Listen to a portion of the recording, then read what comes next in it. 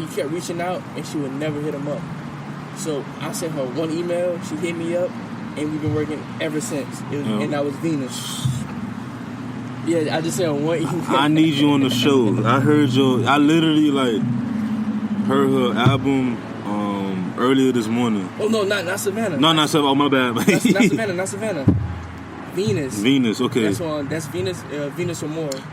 That's one with the pink hair. Do she have music on iTunes and things like that? Yeah. Cause I think I've heard some of her songs like a few years ago, but I don't remember. So I have to look back and stuff like that. So with Venus, and from Venus, that's when I was doing like. So with Venus, how I did it was every event I was going to, I was plugging Venus in, getting her showtime. Yeah. So we did 3 shows. I paid for one show. We did 3 shows, and after the 3rd show, I got her paid for every other show. That's what's up, man.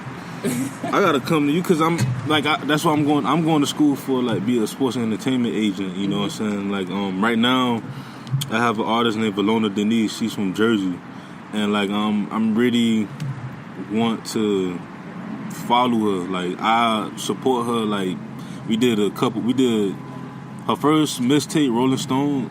Part 1, I hosted her. That was the first project, dope. And then we started a mixtape series called New Era Mixtape. New Era the Mixtape. So pretty much like new artists and stuff like that. Later on, I kind of found out somebody from down here got like a thing called New Era and stuff like that. But like one day I wanted to interview them. Just conversate with them because with the mixtape it was something for like you have these new artists, from all over the world. Because with me, it's like I support my local talent, but I be on SoundCloud and stuff. So like I listen to some artists from like Maryland. I'm like, this dude is dope. Yeah. Like, you know what I'm saying? So like I like that's the whole concept with her. Me and her create that project, and then like she introduced me to people from like Jersey. Cause Jersey and Florida, we had similarities, especially with beats and stuff like that. So I heard some of their songs and stuff. I'm like, when I go up to New Jersey, like, like I want to be in every session. I want to be in every, like, if y'all have like shows or whatever. So right now, me and her just trying to build and like, how you did with your artists, like, find her shows and stuff. Yeah, and that's the thing is, like, and being that I was working with Jeff, that led me to Venus. Like, I really learned everything working with Venus.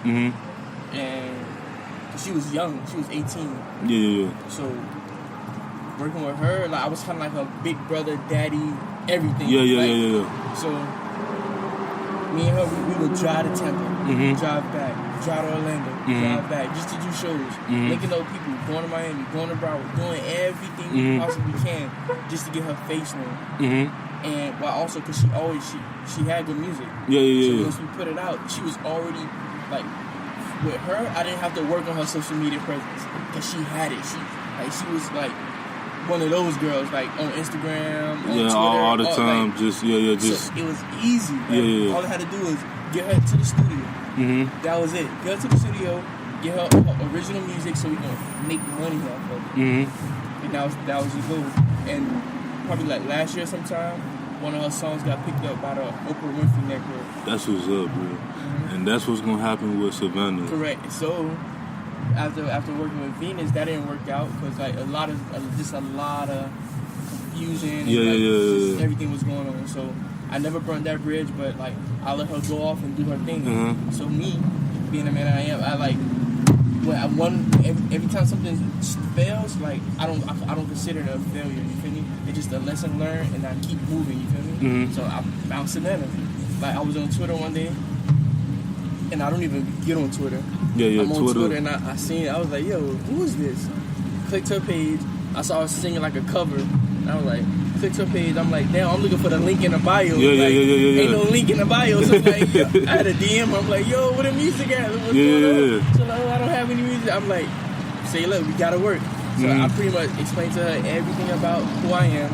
And I was like, look, You could come to my house. I record everything from my crib. Mm-hmm. You can bring whoever you want to make you feel comfortable. Let's just cause that's one of the most important things. Like I'm not that. We both not that person. Like, but I always tell them like, if you need to come to the crib or whatever, or if we gotta meet somewhere in neutral grounds and stuff like that, you can bring somebody. But like that's the same thing I do with Venus. Mm-hmm. Like I met up with Venus, and I'm like, look, like this is me. This is what I do.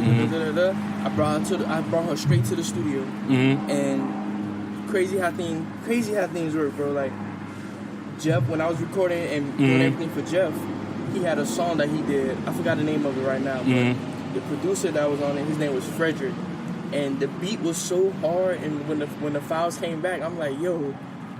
The person on the other side of this know what they're doing. Like, who is this? Like, so when I was like, who is this? And Jeff even never met the guy, but they just conversated through like social media.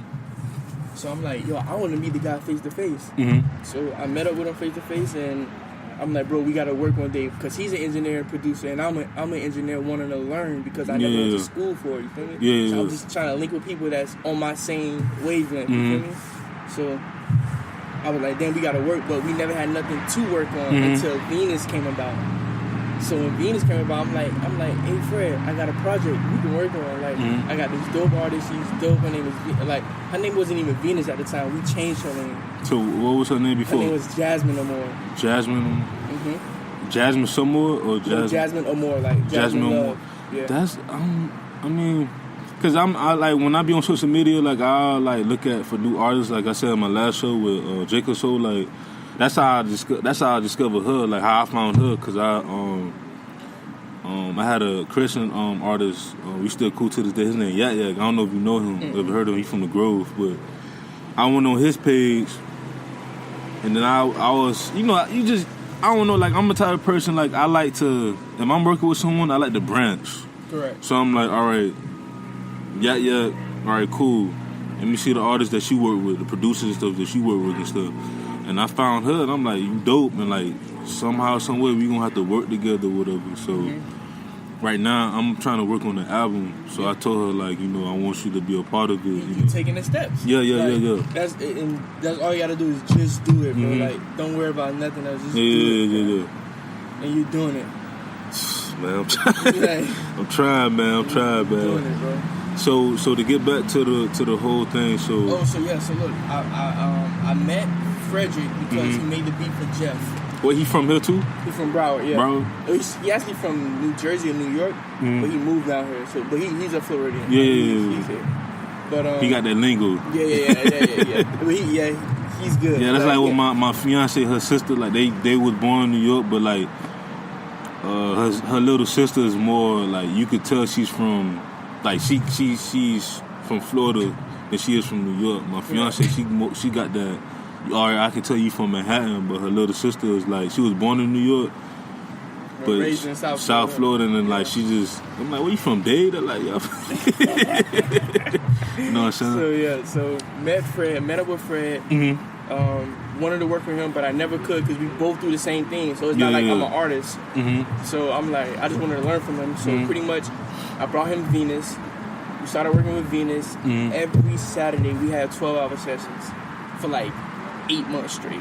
That's what's up, bro. 12 hours? 12 hours. Like, we was in the studio, crazy nights. Like, I'm losing sleep. I gotta go to work at 5 in the morning. Like just like crazy. And I'm putting all my eggs in, like, just trying to make her like pop, like just all my resources. So we doing that. The thing is, with Venus, we never even got to put out all the music we was making. We only put out like 4 songs, like on the like Spotify and shit like that. But we put out like. And how did people respond to her songs? Nah, she was popping. Yeah, she was popping. So you said that right now, like y'all still keep in contact, but she's just doing her thing. She's doing her own thing, but like I said, I never burn a bridge, and my thing is to always keep positive relationships. Yeah. Like, even though we don't work together, I still check on her, make sure she's good, like here and there. Yeah, cause like even with artists, like I said earlier, like artists that I still work with, like we used to talk like almost every day and stuff to try to do different projects. Like they venturing out and they doing like incredible things, and I'm just right there in front of the computer, like Yeah. like So- I know him, like I knew him when we was, you know what I'm saying, like, Yeah. but we like whenever like, you know, we getting older now, so people, you know, we all getting married and stuff, having kids and things like that. So whenever I see that, I always make sure I hit them up and like, you know, congratulations and stuff. Yeah. You know, even like birthdays and things like that. That Or shit like, matters, bro. yeah. So like, I always felt like there's always a time when that time to, you know, to go back, circle back and Yeah. start working. And I feel like, well, not only with my podcast, but also with a project that I want to work on with the album, and also with the mixtapes I have. Mm-hmm. You know, with Valona, it's just that circle. Like, I'm just going back to the people that, you know, I worked with before and stuff like that. That's your little outlet. Yeah. So, 'cause I like to go in like chronicle order and stuff like that. So, 2016. 2016. Cause I don't want to touch Savannah yet. No, so I want to go 2016 2016. happened in Savannah. So whoa, so it's like I'm an instant big fan. Like, it's crazy, like, cause she only had like 9 tracks on her project. Mm-hmm. I'm like, I wish it was more, but you know, I understand nowadays, you know, a lot of people attention spans is not as. The thing is, you drop small projects, but you have to drop consistent music. So like, you drop a project, you got to throw a couple singles in there on SoundCloud just to get like something. Then boom, drop another project. Being that you don't have a packed project, I mean, you could split that and drop 2 projects in that year. You feel me? So what happened in the whole like 2016 with everything, with NuMiami and with yourself? And... So between 2014, 2015. 2016, even last year, like it's been hard for me to like keep a solid team. Like, I've been trying to find a solid team since I started. You feel me? So now I got to the point where currently, last year, 2017, I found 3 solid people that's like solid. Like, they're on board, like ready to go. So can you say names or no? Yeah, I can. So name the 3 people and why they, you know, are part of the team. All right, so in the beginning, I was just trying to put people on. Yeah. On my team, like, not even giving them a title, not even giving them a direction. Just like, I needed people to be with me to get shit done. Not being business structured with it. Like, So I was doing that, and everything was just unorganized. So after that little phase went out, I found more I got more organized a little bit. So I started the Google Forms, and then I found these 3 interns. And they was working with me, and like, they still working to this day. One passed away because he used to go to FIU. Something happened with him at FIU. He got shot at FIU. A little Spanish kid named Zaldua. And him and another kid named Alibaba. They were my photographers. Okay. And my first intern, who I really made a part of my team, was Vanessa. She was 18 at the time, and she found Zaldua and Alibaba. So they all went to FIU? No. Oh, okay. Zaldua went to FIU. Alibaba, he didn't go to school. I don't think so, at least. And Vanessa, she was in high school. Okay. Doing like dual enrollment in college. Okay. So, I found them. No, I found her. She found them at a Mick Jenkins concert. Mick Jenkins. Yeah. So I dropped her off to a Mick Jenkins concert because she didn't have a ride. So I dropped her off, and she came back with these 2 guys. Like, yo, Akeem, I met these 2 dope guys. So we were literally every event. It was me, Vanessa, Zaldua, and Alibaba running every event, and that's when I felt like I was getting somewhere. And then like things happened. Like we had got separated for a short time. And then plus, it wasn't a lot of events happening how they used to happen, like 2014, 2015. Yeah, that's when it was like... It was like... But a lot of stuff started closing down and stuff like that, so... Yep, so all the venues started closing, all that stuff, so the shows slowed down. So it was like a gap where we didn't really work, but we were trying to get stuff on board, and that's when I came up with the idea, because I saw the podcast wave coming. So I was like, I need to jump on it, So I told them, I was like, yo, let's start a podcast. So what I did was, I started something called, I think this was like 2015, 2015.